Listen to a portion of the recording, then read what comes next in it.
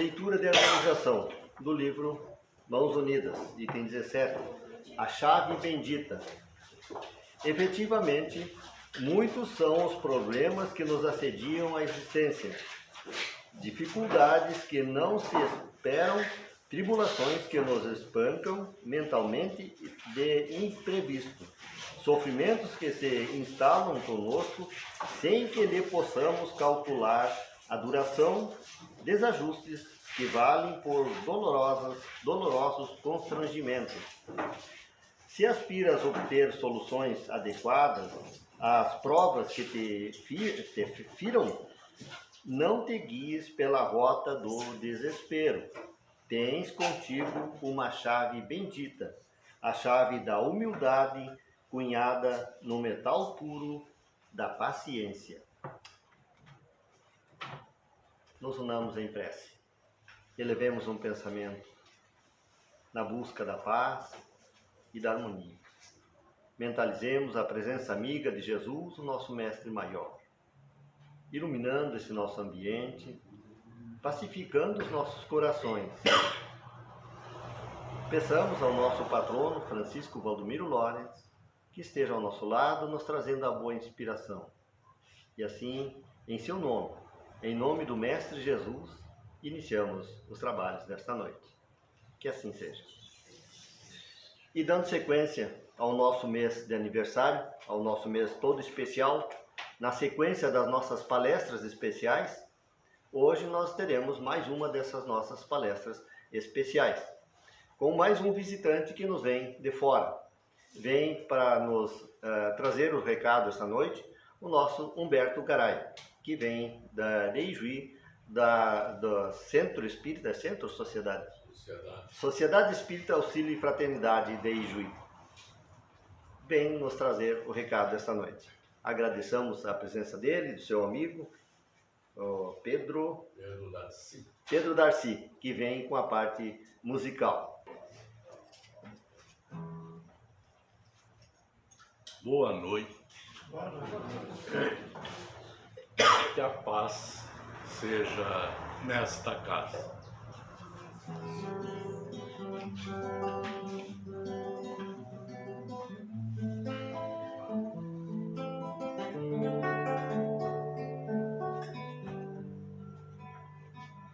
Fechei os olhos e olhei pra alma, sentindo a calma do meu coração. Uma luz celeste acariciava a relva quando eu iniciava minha oração. Uma luz celeste acariciava a relva quando eu iniciava minha oração. E assim envolto nessa harmonia, eu redescobria uma paz sem fim. Senti Jesus na luz melodia que me envolvia, sorrindo pra mim. Senti Jesus na luz melodia que me envolvia, sorrindo pra mim. Fiquei meditando por alguns instantes, em meio às vertentes de tons multicor. O tempo girava nas águas da fonte, num raio brilhante de luz e calor. O tempo girava nas águas da fonte, num raio brilhante de luz e calor. Então uma prece cruzava meus lábios, mas minha voz não emitia som. E na sinfonia dos provérbios sábios, arcanjos cantavam, me estendendo as mãos. E na sinfonia dos provérbios sábios, arcanjos cantavam, me estendendo as mãos. Elevei ao alto meu singelo amor ante a imagem meiga do sorriso seu. E nesse jardim eu beijar a flor, senti minha prece falando com Deus. E nesse jardim eu beijar a flor, senti minha prece falando com Deus.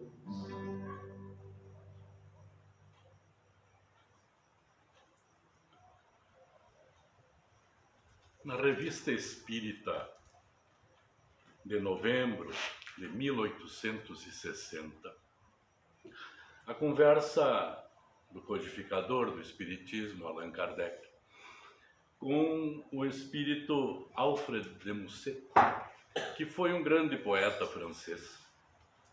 E o codificador disse a ele, assim como o pensamento pagão, o pensamento cristão influenciaram na arte, poderá-se pensar que haverá um dia uma arte espírita?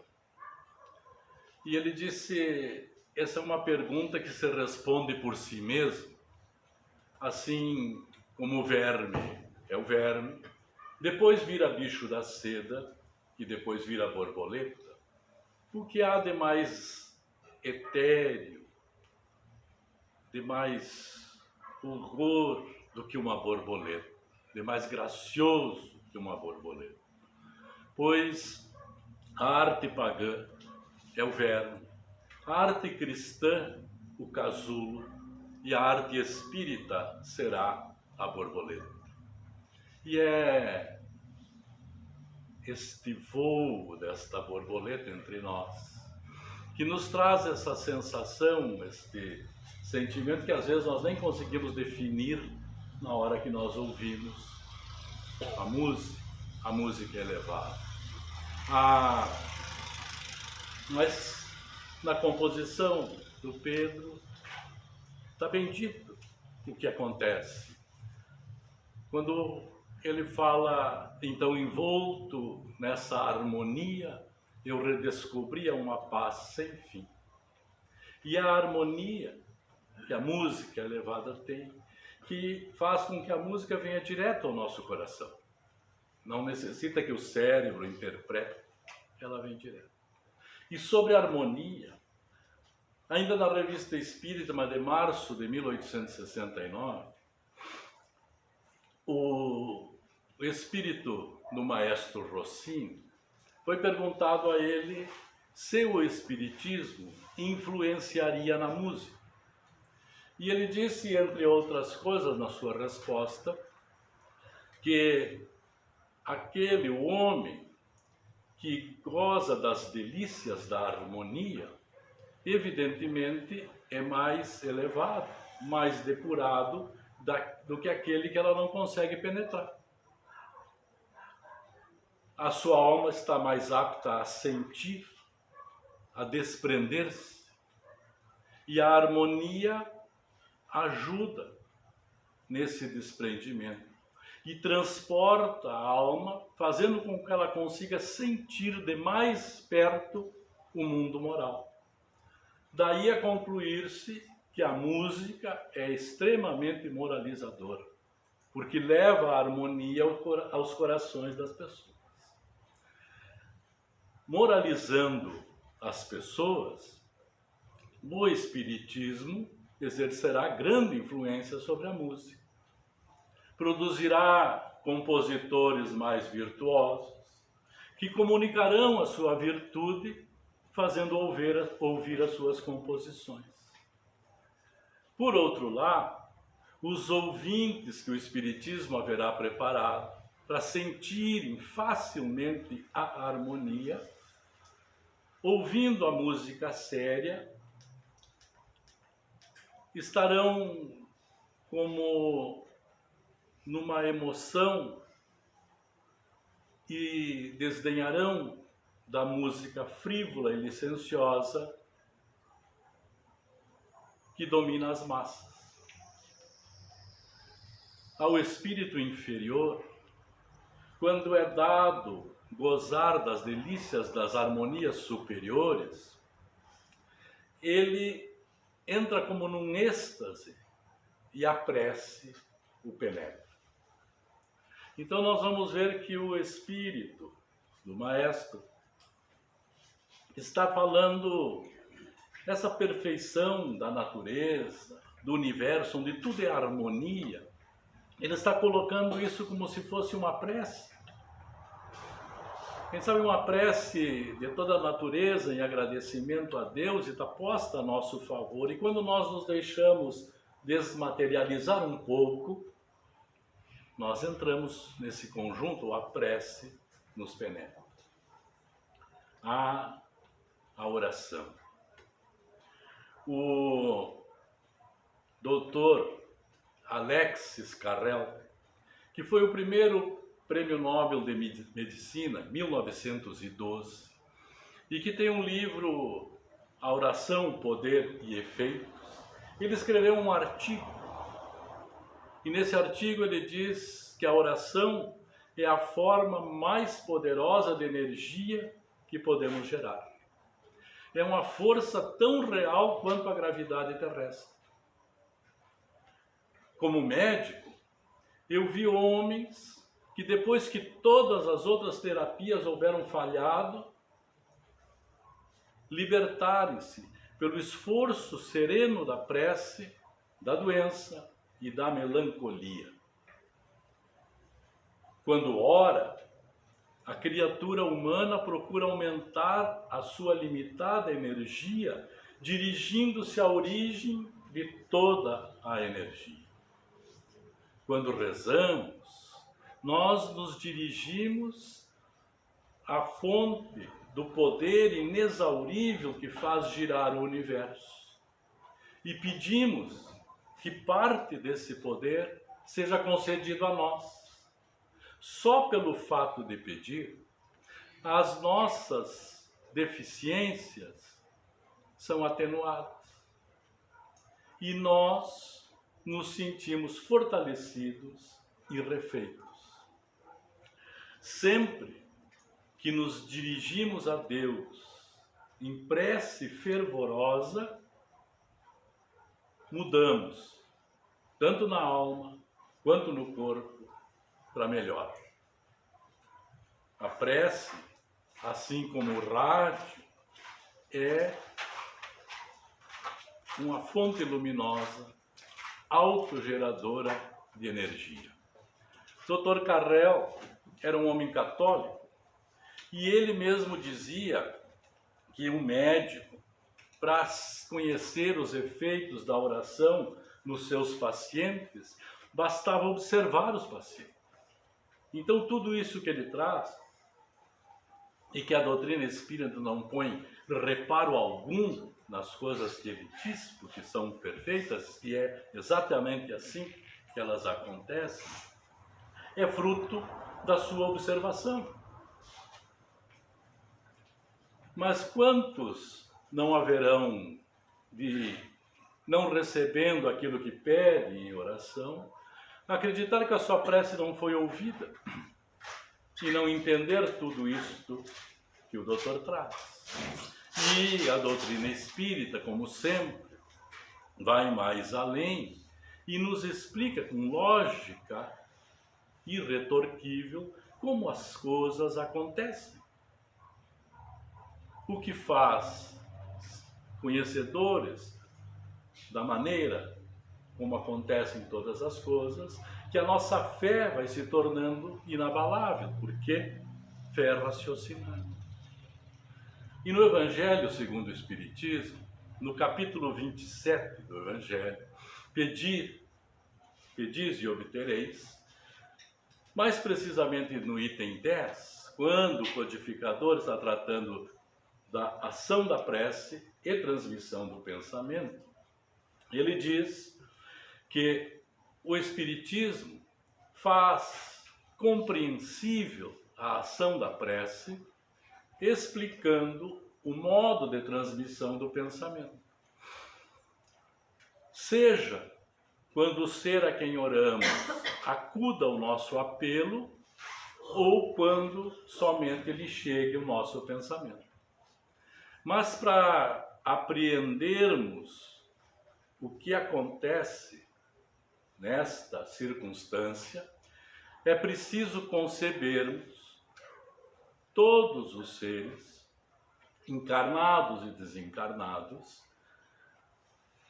mergulhados no fluido universal que ocupa o espaço. tal qual nós, nesse mundo, estamos dentro da atmosfera. A vontade dá uma impulsão nesse fluido, que é o veículo de transmissão do pensamento, assim como o ar é o do som. Com a diferença que as vibrações do ar são circunscritas e as do fluido universal se estendem ao infinito. Quando dirigimos o pensamento para um ser qualquer, na Terra ou no espaço, do encarnado para desencarnado ou vice-versa, se estabelece uma corrente fluídica entre esses dois seres. E por ali se transmite o pensamento de um para o outro, como o ar transmite o som. A força, a energia dessa corrente guarda proporção com o pensamento e com a vontade. E é assim que os espíritos se comunicam entre si e que nos transmitem as suas inspirações e que relações se estabelecem entre encarnados à distância. Então tudo aquilo que falava o doutor está explicado no Evangelho segundo o Espiritismo. Quando nós então levamos o pensamento em oração, quando dirigimos a nossa prece para o nosso anjo da guarda, para o Cristo Jesus, para um Espírito amigo, nós estabelecemos um canal de comunicação. E se não é hora de atender o nosso pedido, de repente a nossa felicidade depende de passar mais um pouco pelas dificuldades, mas ao menos são atenuadas as nossas deficiências. Por esse contato com um ser mais elevado, a energia dele mais amorosa, e nós estamos ligados com ele. Isso nos faz bem. Quem de nós, num momento mais difícil, de preocupação, já não encontrou um amigo querido e passa a sentir-se melhor? Quando chegamos no centro espírita, um lugar todo preparado, ambientado na oração, no pensamento elevado, e nós nos sentimos bem, e é esse contato que nos faz entender a fala de Jesus que está lá no Evangelho de Mateus, no capítulo 21, verso 22, quando diz: e tudo aquilo que pedirdes, orando, credes, recebereis. Mas vejamos que o verbo é futuro. Então pode demandar um pouco até que nós recebamos,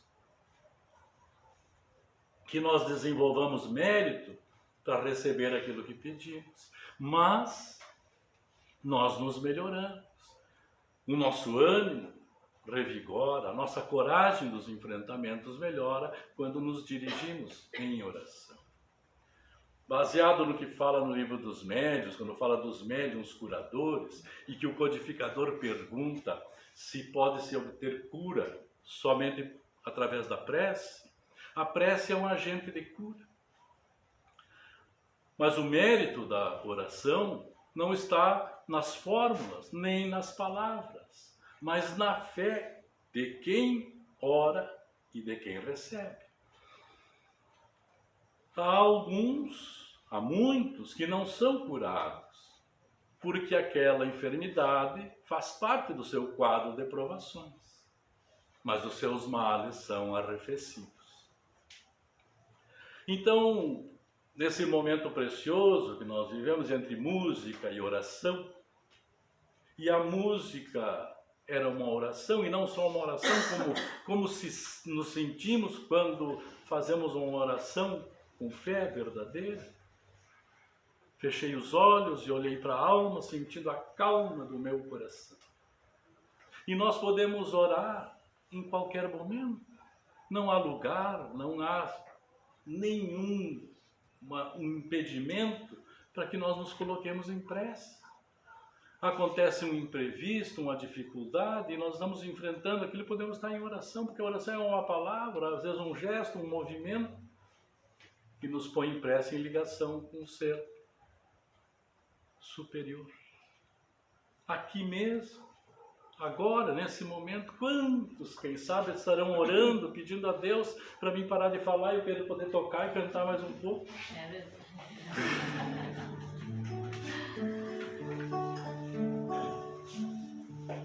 Sempre em minhas orações eu posso falar com Deus. Busco conforto e guarida em tudo que Ele me deu. Em cada estrada percorrida canto hinos de louvor. Em cada dia que nasce agradeço o seu amor.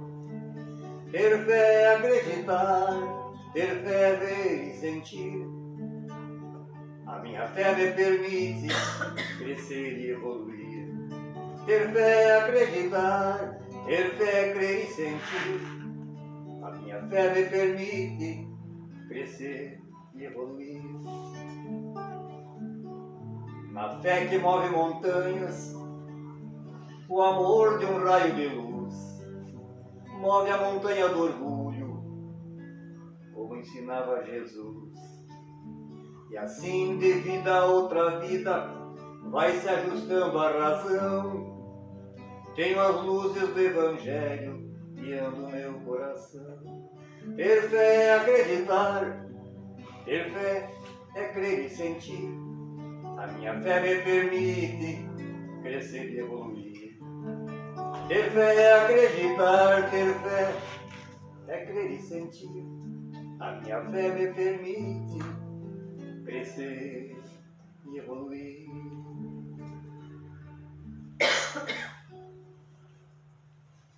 O doutor Alexis Carrel, que citava no início, ele diz que é pela prece que nós vamos a Deus e que Deus entra em nós.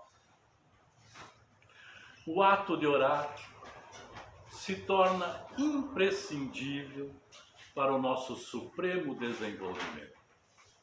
E o ato de orar vai demonstrar a nossa fé. E na composição do Pedro ele dizia que a fé permite crescer e evoluir. E como poderia fazer isso? Como que a nossa fé, a nossa oração nos faz crescer, ser pessoas melhores? No Livro dos Espíritos, na terceira parte do Livro dos Espíritos, das Leis Morais, a última questão da terceira parte, questão 919, o codificador Kardec pergunta qual é o meio prático, mais eficaz, ele diz, de o homem melhorar-se ainda nesta vida e resistir às atrações do mal. Um sábio da antiguidade já vos disse: conhece-te a ti mesmo. Conhecemos toda a sabedoria desta máxima, mas a dificuldade está precisamente nisso. Como cada um conhecer a si mesmo? Qual o meio de consegui-lo? E Santo Agostinho, que está respondendo a pergunta, então ele dá o exemplo dele, portar-se como ele fazia, todos os dias, examinando as suas ações. E numa parte dessa resposta ele diz assim: aquele que todas as noites evocasse todas as ações que praticara durante o dia, inquirindo de si mesmo o bem e o mal que houvera praticado, e rogando a Deus e seu anjo guardião que lhe esclarecesse, grande força ganharia para aperfeiçoar-se, pois, crede-me, Deus o assistiria. Nós sabemos que temos um anjo da guarda ao nosso lado, colocado por Deus, e que não importa o que nós estejamos fazendo, não importa o comportamento, posso estar arraigado na prática do mal e afastado do meu anjo por não lhe dar sintonia, mas ele não desiste.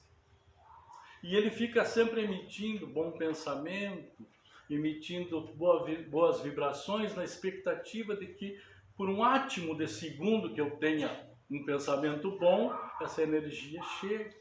E aí começa a trabalhar para não nos perder. Imaginemos então como é a vida de alguém que se dedicasse, assim como diz Santo Agostinho, a querer crescer, a se melhorar, a ter fé, a rogar a Deus, ao anjo da guarda, para lhe esclarecer sobre as suas ações, onde eu errei, onde eu posso ter me equivocado sem me dar conta, para me perceber e corrigir. Como não estaria cercado de bons amigos, lhe auxiliando nesse processo, dessa força para o aperfeiçoamento? Como funciona isso? Na questão 660, terceira parte ainda do Livro dos Espíritos, na lei de adoração, na questão 660, pergunta o codificador Kardec: a prece torna melhor o homem? Sim, porque aquele que ora com fervor e confiança se torna mais forte contra as tentações do mal. E Deus envia bons espíritos para o assistir. É este um socorro que jamais lhe falta, quando pedido com sinceridade. Então, quando nós oramos com sinceridade, buscando a nossa melhoria, o nosso crescimento, acercam-se de nós os bons espíritos para auxiliar. E o que estes bons espíritos estarão trazendo? Inspirando-nos ao quê? As boas ações, as boas práticas. E quando nós praticamos boas ações, nós ficamos com a nossa consciência tranquila. E de consciência tranquila, a nossa fé no futuro cresce. E esses dois pontos são fundamentais para a felicidade na vida moral, segundo a questão 922 do Livro dos Espíritos. Mas, quando nós estamos na prática das boas ações, e voltando ao Dr. Carrel, lá no seu livro, ele diz que se pode orar através da ação, porque São Luís Gonzaga dizia que o cumprimento do dever é equivalente à oração. E no Evangelho segundo o Espiritismo, no capítulo 27, que já citamos, no item 22, maneira de orar, Monod, que foi um clérigo francês, mas um espírito espírita, ele diz que a prece do dia é o cumprimento dos vossos deveres sem exceção de nenhum, seja de que natureza for. Mas se nós estamos então orando através das boas ações, das boas práticas, o que mais nós estamos fazendo com isso? O que mais elas nos dão? Porque por certo que nós trazemos uma preocupação quando buscamos nos melhorar. Nos damos conta que é necessário crescer e evoluir. Os nossos erros, os nossos pecados, do passado mais presente, do passado mais passado. Será que nós conseguiremos o perdão das nossas faltas? Porque isso nos perturba a caminhar. E na questão 661 do Livro dos Espíritos, a pergunta do codificador é: poderemos utilmente pedir a Deus que perdoe as nossas faltas? Deus sabe discernir o bem do mal, e a prece não esconde as faltas. Aquele que a Deus pede perdão das suas faltas, o consegue mudando de proceder. As boas ações são a melhor prece. Por isso que os atos valem mais do que as palavras. Então, quando nós estamos na prática das boas ações, nós estamos pedindo e obtendo perdão para os nossos erros. E vamos cada vez mais nos tornando melhores. Mas é tarefa grandiosa que nós não vamos conseguir fazer numa encarnação única. Cantava o Predo para nós, que de vida para vida, com a luz do Evangelho nos guiando. E se nós andamos na prática do Evangelho de Jesus, nós podemos sentir o olhar de Deus.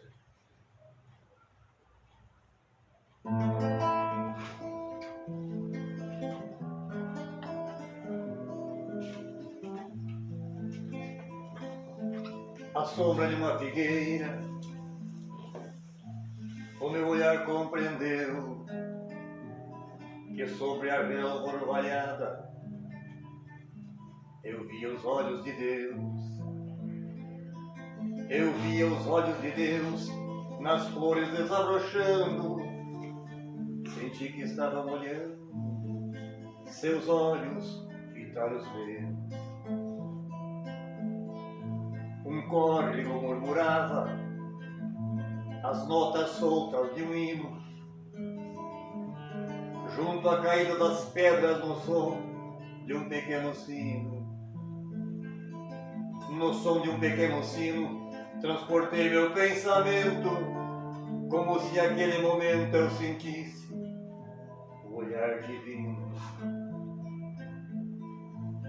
Esta era a minha casa, eu guardo no coração, onde ergui um singelo altar para compor esta canção, onde ergui um singelo altar para compor esta canção. Lentamente fui chegando no leito daquela sanga, enquanto os raios de sol banhavam as japecangas, onde os pássaros cantores saltitavam entre as flores deste pomar de pitanga. Então, recolhido a mim, num ato de contrição, senti algo bem mais puro afagar minha emoção. Ao apagar minha emoção, uma lágrima me trai, sentindo o olhar do Pai, abençoando esta oração.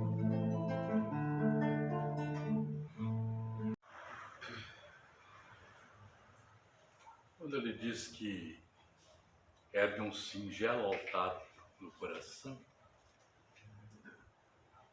nos há de vir a lembrança no ensinamento de Jesus, está lá no Evangelho de Mateus, capítulo 5, os versos 5 e 6, quando ele diz: quando orares, não faça como aqueles que oram de pé nas sinagogas e pelas esquinas para serem vistos pelos homens. Recolhe a teu aposento, fecha a tua porta e ora ao Pai em secreto, e o Pai que vê em secreto te recompensará publicamente. E a oração, na questão 659 do Livro dos Espíritos, a pergunta de Kardec é: qual o sentido da oração? Qual o propósito? E responde os Espíritos que orar é um ato de adoração. Orar a Deus é pensar nele, é aproximar-se dele, é entrar em comunicação com ele. Esse é o caráter geral da prece. 3 coisas podemos nos propor pela prece: louvar, pedir e agradecer.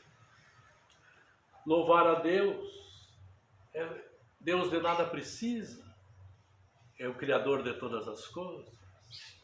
Então não é bajulação, não é coisas exteriores.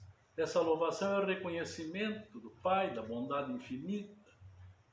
da generosidade, de tudo que Ele nos proporciona, cuidar da criação de nós, é louvar a Deus. Mas nós, ou eu, para dizer às vezes pouca coisa ou quase nada, falamos muito. Quando os espíritos mais elevados, eles falam um pouco e dizem tudo. Então, falando da prece, dos propósitos da oração, um dos espíritos, uma das maiores inteligências que andou por esse nosso planeta, Benjamin Franklin, e que está lá citado nos prolegômenos do Livro dos Espíritos, que contribuiu na codificação espírita, ele tinha uma prece, ele escreveu uma prece que ele recitava quase sempre. Que ele diz: ó poderosa bondade, Pai generoso, misericordioso guia. E está aí a louvação, esse reconhecimento dos atributos do Pai. Bondade, misericórdia, generosidade. Fazei com que a minha sabedoria aumente, pois nisto reside o meu mais vivo interesse. Robustece a minha decisão de fazer tudo o que essa sabedoria me ditar. Então vejamos o pedido dele. Como vai ser negado esse pedido? Até nós já analisamos um pouco. Ele está pedindo a sabedoria, e para quem que ele está pedindo? Para o Pai que lhe dê sabedoria, para os bons espíritos, e que ajude a praticar aquilo que a sabedoria lhe ensina. Aceita os meus bons ofícios pelos teus outros filhos, como a única forma que eu tenho de te dar graças por tudo que de ti eu tenho recebido. Então está aí a louvação, o pedido e o agradecimento. E que agradecimento maior ou melhor nós podemos dar ao Pai do que servir ao outro, servir ao próximo, ajudar. É o que mais agrada a Deus, são estas ações. Então, o agradecimento dele não deixa de ser uma louvação também. Quando ele pede para que o Pai receba como gratidão dele os ofícios pelos outros filhos. Mas quando ele usa esse termo ofício, quem de nós não lembra daquele papel, um ofício? E o que é um ofício? O ofício é um documento que liga um emissor a um recebedor e que ele pode conter instruções, solicitações, informações. E ele tem o propósito de gerar um acontecimento, e um acontecimento legal. Então esse acontecimento que ele quer gerar com este ofício a favor dos outros, está dentro da lei de Deus. Mas isso faz nos lembrar de um outro ponto que nós aprendemos só com a doutrina espírita. Porque quando nós pensamos em auxiliar via pensamento, diferencia-se. O fora da caridade não há salvação, mas o Espiritismo ensina-nos que há diferença da caridade material e a caridade moral. A caridade material é dar coisas, e a caridade moral é dar nós mesmos. Tão importante, tão necessário neste mundo que vivemos, nas condições que vivem tantos dos nossos irmãos, a caridade moral é importante, mas ela não diz nada do nosso coração. Pode ser um gesto mecânico. Mas a caridade moral, eu preciso querer fazê-la. Porque se eu vou colocar um bom pensamento para ajudar alguém, eu preciso deixar de cuidar de mim, de pensar nas minhas preocupações, da ocupação que eu dou para mim mesmo, para me colocar a pensar no outro. Então a caridade moral fala no nosso coração. E na questão 662 do Livro dos Espíritos, a pergunta de Kardec é: pode-se, com utilidade, orar por outrem?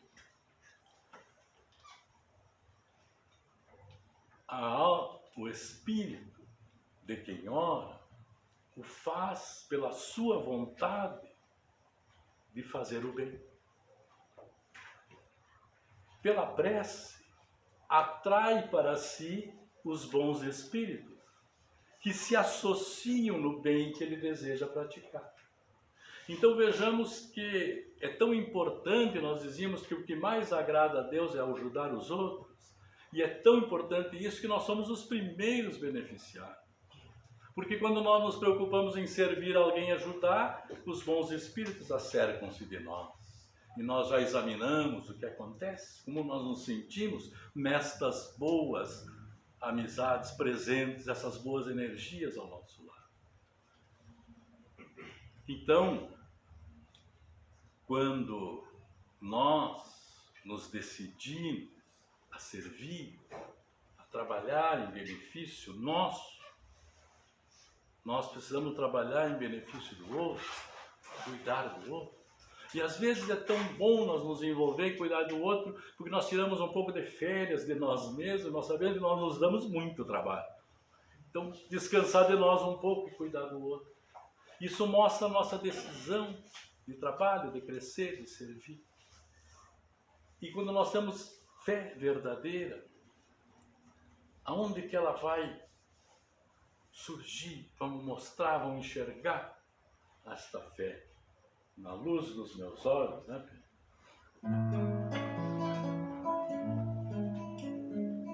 O sopro do vento na relva vaiar revela a presença do Mestre Jesus. Em minha oração eu busco os teus olhos, da minha canção ser banhada de luz. Em raios de sol se aquecendo minha prece, a luz dos teus olhos se expandem nos meus. É mais que o amor que a vida oferece, é a certeza e a esperança do Filho de Deus. É a luz da oração que me traz esse alento soprando no vento, pra alma cansada que tem teu carinho, não perde a confiança, renova as lembranças e segue na estrada. Contém meus impulsos, me mostra a confiança de todos os tropeços na estrada comprida. Sinto que a vida ainda tem esperança e que há muito meus sonhos estavam perdidos. Pois o meu Pai, os olhos fechados, elevo minha alma pra junto de ti. Em minha existência tem muitos legados que não foram achados, eu ganhei de ti. Quem tem teu carinho não perde a confiança, soprando no vento pra alma cansada. Quem tem teu carinho renova as lembranças e segue feliz.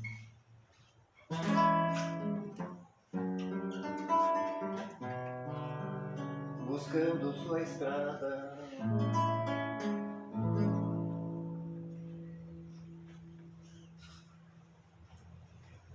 E a luz da oração, que é o nosso tema de hoje, que traz esse alento, soprando ao vento para a alma cansada. Quem tem seu carinho não perde a confiança, renova a lembrança e segue na estrada. E a lembrança que me vem, eu quero que venha a todos vocês em hora como essa, é o que Mateus anotou lá no seu Evangelho, no capítulo 11, do verso 28 ao 30. Vinde a mim, todos vós que estáis cansados e oprimidos, e eu vos aliviarei. Tomai sobre vós o meu jugo e aprendei de mim, que sou manso e humilde de coração, e encontrareis descanso para as vossas almas. Porque meu fardo é leve e meu jugo é suave. Como não lembrar de Jesus com estes verbos? E como é que nós chegamos em Jesus?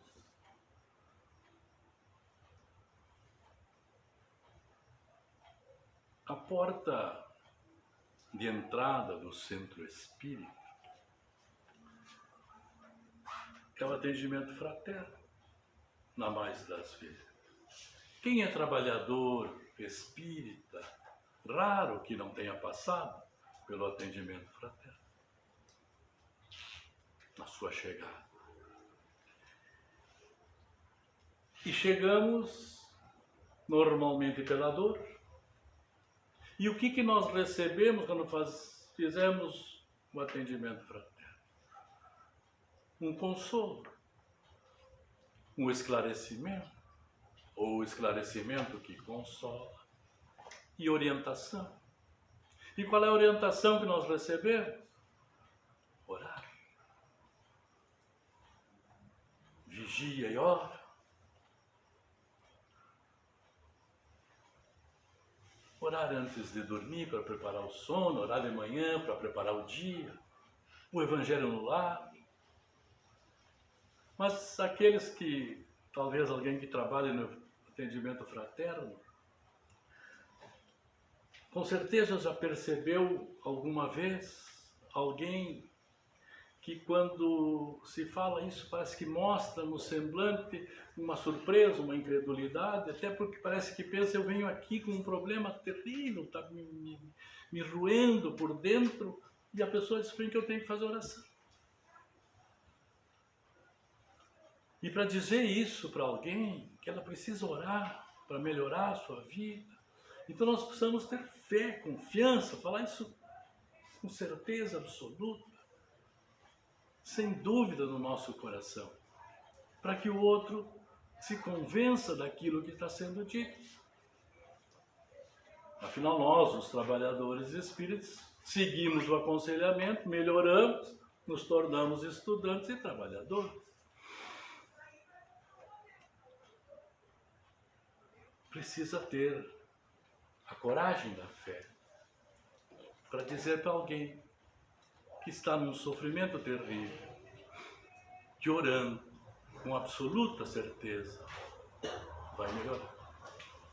Bezerra de Menezes, tão importante para o movimento espírita brasileiro, que é chamado por muitos como o Kardec brasileiro, ele estava descendo as escadarias da Federação Espírita,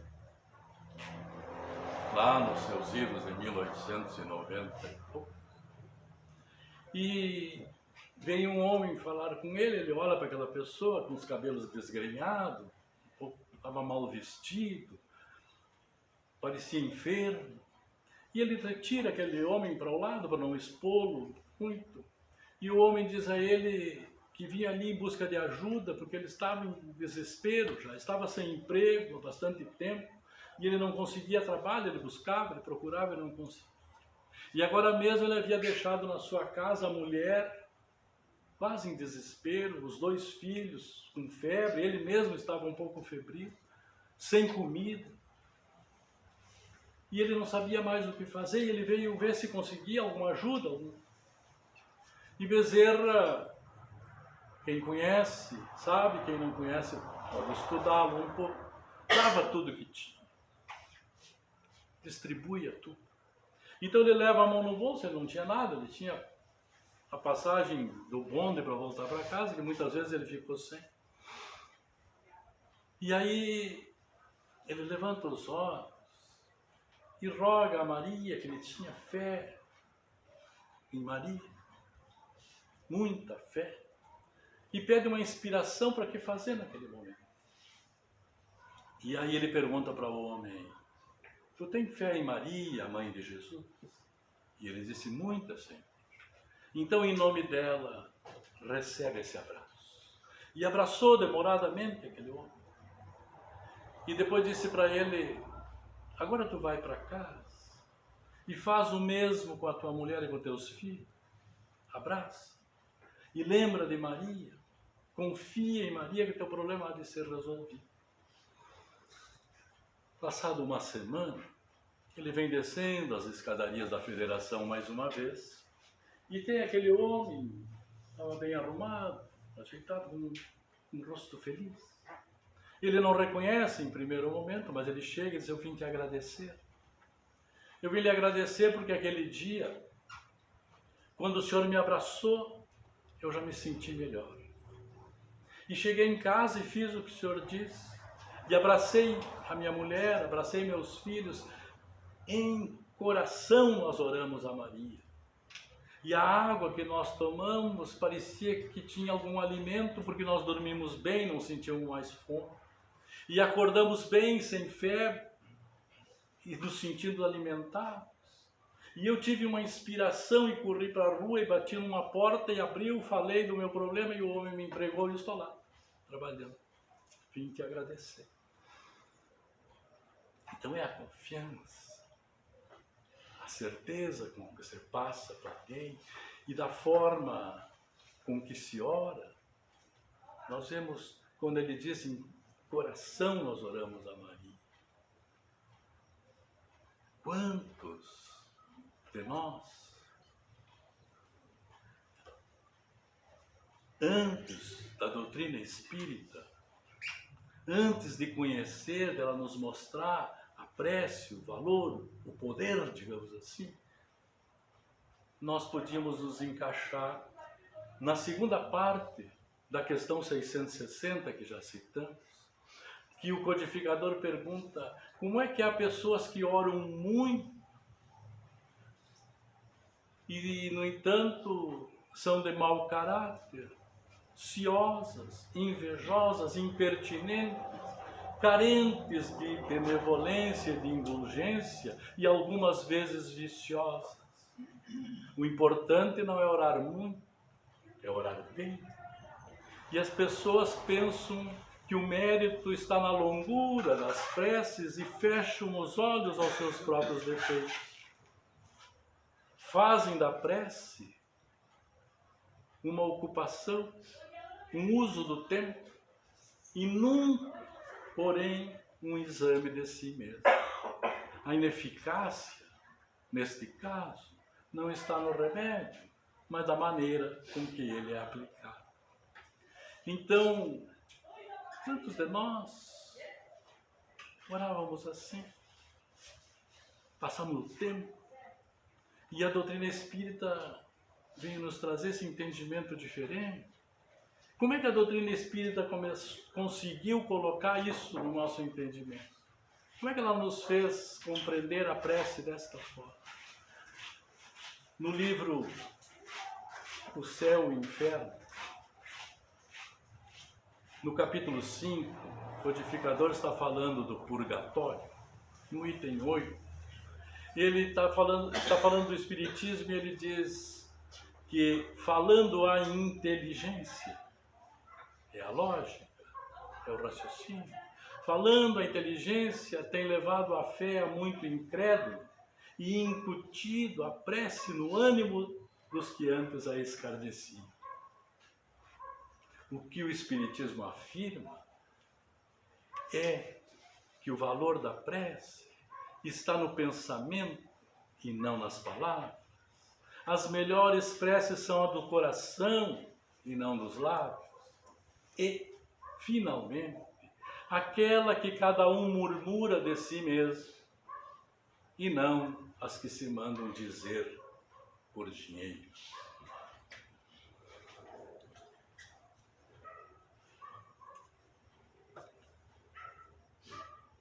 O doutor Carrel, que trouxemos com dois propósitos. Um, da beleza dos seus conceitos. O outro, porque ele era médico, era um homem da ciência, há 110 anos atrás. Mas era um homem da ciência. E a ciência, como ele mesmo dizia, bastava observar os pacientes para ver o efeito da oração. Mas hoje, a ciência pode observar por dentro, por fora, tem equipamento, tem máquina para furungar em nós. Então bota num aparelho, vê a pessoa orando, vê o que acontece no seu organismo, testa tudo. Então o que a ciência diz hoje sobre a oração? E no livro Planejando o Futuro, do doutor gaúcho, aqui, Carlos Eduardo Durgan, ele traz, é muito bacana de se pensar, porque ele é um médico geriatra, né? O livro dele, Planejando o Futuro, para os pacientes dele. Mas ele traz, então, algumas citações. Ele cita o Dr. Herbert Benson, que é professor da Universidade de Harvard, nos Estados Unidos, e que há mais de 30 anos estuda, e tem um livro, Medicina e Espiritualidade, que é o estudo que ele faz. E o Dr. Herbert Benson diz que a prática da religiosidade está consistentemente ligada à melhora da saúde global. Quanto mais assídua esta prática, menores os sintomas psicológicos, melhor o estado de saúde, menor a pressão arterial e mais longa a sobrevivência. E ele diz, citando pesquisadores renomados dos Estados Unidos, que a pessoa com 65 anos ou mais, que frequenta o seu serviço religioso 2 vezes por semana, no mínimo, vive em média 7 anos mais. Se faz isso a fé, a oração, o serviço religioso, vamos tirar a oração do serviço religioso. Faz isso com os velhinhos, que não fará com nós, os jovens aqui reunidos.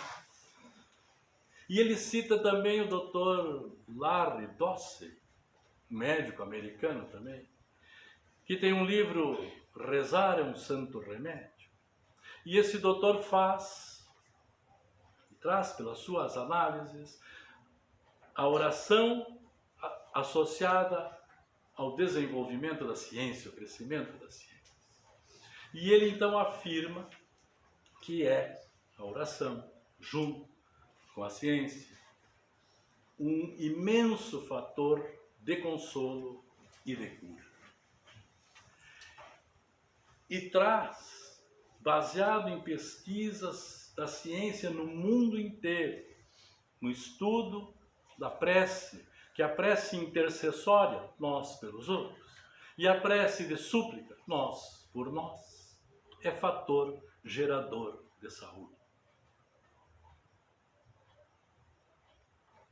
A primeira vez que nós ouvimos falar neste Dr. Carrel, vou trazer ele de novo, foi no livro Como Vencer as Preocupações e Começar a Viver, de Dale Carnegie. E lá nesse livro que ele fala do doutor, no capítulo 21 do seu livro, que é a maneira perfeita de vencer as preocupações e começar a viver, ele fala da oração. Cita inúmeros casos que a oração vai salvar as pessoas. E ele vai fechando o capítulo sugerindo, ele diz que ele sugere a prece, Dale Carnegie era um homem protestante, ele sugere a oração mesmo para aqueles que não creem, por 3 razões. A primeira delas, ele diz assim, é que quando você vai fazer uma prece, você vai falar sobre o seu problema, você precisa organizar o teu problema para colocar na oração, dizer o que você está sentindo, passar. E às vezes, só nisso te surge a solução. Ele não conhece o que está lá no Evangelho, a transmissão do pensamento, a ação da prece. Então, quando ele está orando e nós estamos desenvolvendo o nosso problema, o nosso ser a quem dirigimos a prece está ligado com nós e pode trazer inspiração. Quantos de nós já não vivemos. O segundo motivo que ele diz é porque é importante conversar com as pessoas, falar dos nossos problemas, das nossas dificuldades, mas às vezes aquilo é tão íntimo, tão nosso, que nós não queremos falar com ninguém. Então falamos com Deus e vamos sentir aliviado. E eu estou trazendo essa fala dele porque nós sabemos que a doutrina espírita nos mostra por que nós sentimos tudo isso. E a terceira razão, ele cita o Dr. Carrel de novo, que diz que não há como um homem ou uma mulher orarem por um momento sequer e não sentirem algum benefício, não terem alguma melhora. Então, essas três razões que ele dá para orar. E lá ele faz uma sugestão no fechamento do capítulo dele, que nós vamos atender a sugestão do doutor, do escritor dele, cara. Ele sugere, ele diz assim, por que você não fecha esse livro? Então nós vamos parar de falar. Não vai ao teu quarto, fecha a tua porta, nós vamos nos recolher no nosso aposento, fechar a nossa porta. Ajoelha, e nós vamos ajoelhar a alma em frente ao Pai. E descarrega o teu coração em prece. E é o que nós vamos atender a sugestão do doutor. Mas antes, eu quero trazer a minha sugestão, ou a nossa sugestão. O doutor sugere a prece de São Francisco. E nós vamos fazer, o Pedro vai trazê-la para nós. Mas eu quero sugerir para cada um de nós. Quem conhece a prece, talvez todos conheçam. Que nós, diferentemente da maneira que costumamos orar pensando de nós para os outros, vamos pensar de nós para nós. Tudo aquilo que ele diz, tudo aquilo que ele sugere que seja feito, pensamos em fazer para nós. Quando ele diz onde houver trevas, eu leve a luz, por exemplo, pensemos onde tem trevas dentro de mim que eu possa levar a luz. Vamos lá, Pedro. Senhor, fazei-me instrumento da vossa paz. Onde houver ódio, que eu leve o amor. Onde houver ofensa, que eu leve o perdão. Onde houver discórdia, que eu leve a união. Onde houver dúvida, que eu leve a fé. Onde houver erro, que eu leve a verdade. Onde houver desespero, que eu leve a esperança. Onde houver tristeza, que eu leve a alegria. Onde houver treva, que eu leve a luz. Ó Mestre, fazei que eu procure mais consolar que ser consolado, compreender que ser compreendido, amar que ser amado. Pois é dando que se recebe, é perdoando que se é perdoado, e é morrendo que se vive para a vida eterna. Pois é dando que se recebe, é perdoando que se é perdoado, e é morrendo que se vive para a vida eterna.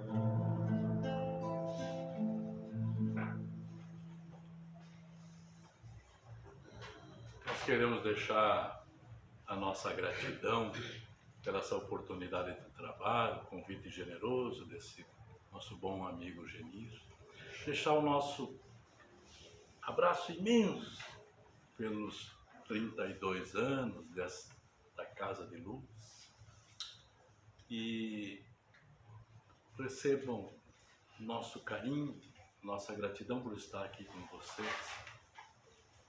E se o Genir tiver coragem de convidar outra vez, nós não vamos dizer, não iremos. Muito obrigado. Para você, nessa data querida, muitas felicidades, muitos anos de vida.